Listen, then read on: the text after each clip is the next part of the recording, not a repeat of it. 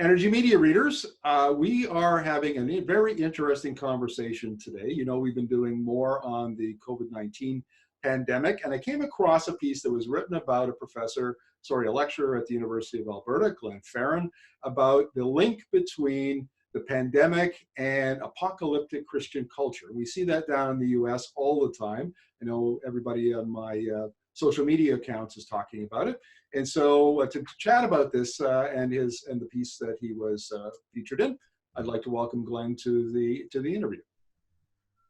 Hello. Glen, why don't you just give us an overview of sort of the argument that you made in the piece?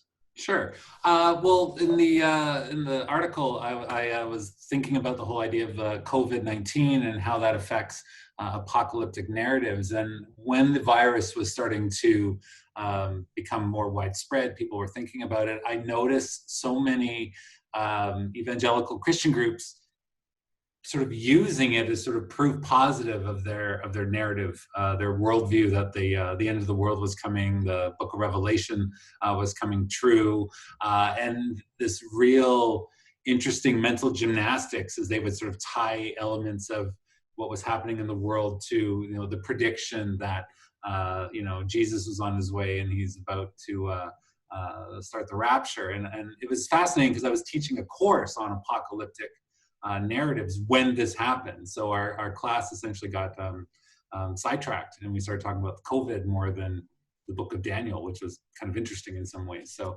but yeah, it was fascinating to see how this world event was interpreted, especially in very Western-centric, Christian-centric terms, and became this huge thing. I remember back from the days when I used to read the Bible, and there was there's quite a lot of this kind of imagery in Revelations, and one that I remember fairly clearly is this business of there will be, at the end times, there will be news and widespread talk about plagues and other kinds of things, and this fits right clearly into that narrative.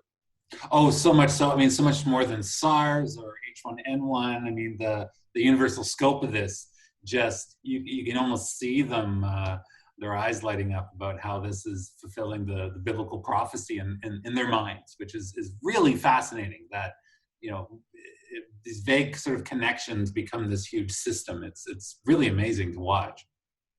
Yeah, what I find interesting about this is, you know, if this stayed in church or within their own circles, it would be fine. But now it's kind of, it's morphed into this anti-government, anti-lockdown protest and so on that has a religious fervor to it that becomes very problematic for public policy and for you know, health, law enforcement, that sort of thing. And not such a big problem in Canada, but boy, oh boy, we see it. Looks like a really big problem down in the US. I think so, especially when you have folks like Trump essentially promoting it, pointing out that they should, you know, liberate, I think is how he framed it. It can't not be seen as this giant, it's more than just a virus or something else going on. You know, the Democrats are doing this, and I mean, it's, again, why they listen to Trump is beyond me, but it still fits into that narrative that there's this bigger picture that the enlightened understand and us, you know, plebs don't understand in some way. So you lecture about apocalyptic narratives and evangelical Christianity, and do they kind of come in cycles, you know, and spurred on by events like this? Yeah, the real sort of modern reinvention of apocalyptic narratives was post World War I. There was a lot of emphasis on, you know, the Book of Revelation before that being kind of an embarrassment, that Christianity was more of a logical, enlightened idea. And then World War I happened. It's like, oh, maybe this is a better narrative. And so we would get these periodic ticks where this idea would spike. You know, after the Second World War, 70s, 80s, I believe, Y2K was one as well.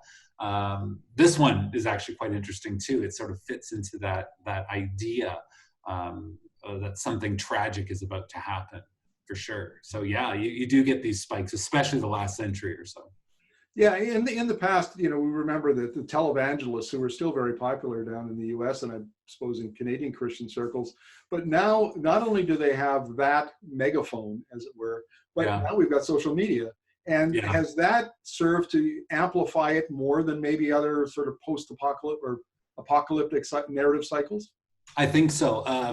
It's so hard not to, hear about it in some ways. Where say Y2K, for instance, it was a little less, it's watched on TV or what have you. But now everybody has a newsfeed on their phone, and everything's about COVID-19. Yeah, but the spread of the internet, it's so much easier now to get a voice. These folks, I think, are quite fringy, but they carry so much extra weight because they have this platform. So yeah, it feels so much more grandiose, I think, in a lot of ways. They're sort of their numbers, for instance, which it feels a little more inflated, for instance, I think. So yeah.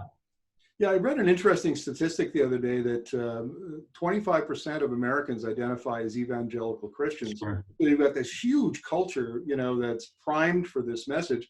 And I think in Canada, the evangelical Christians make up a much smaller percentage. But Sure. what I find interesting is we're seeing some of them are members of parliament, some of them are MLAs in different legislatures, and they think that these kind of messages are appropriate for speaking in the chamber or in their printed material, and that of course gives amplifies the message again.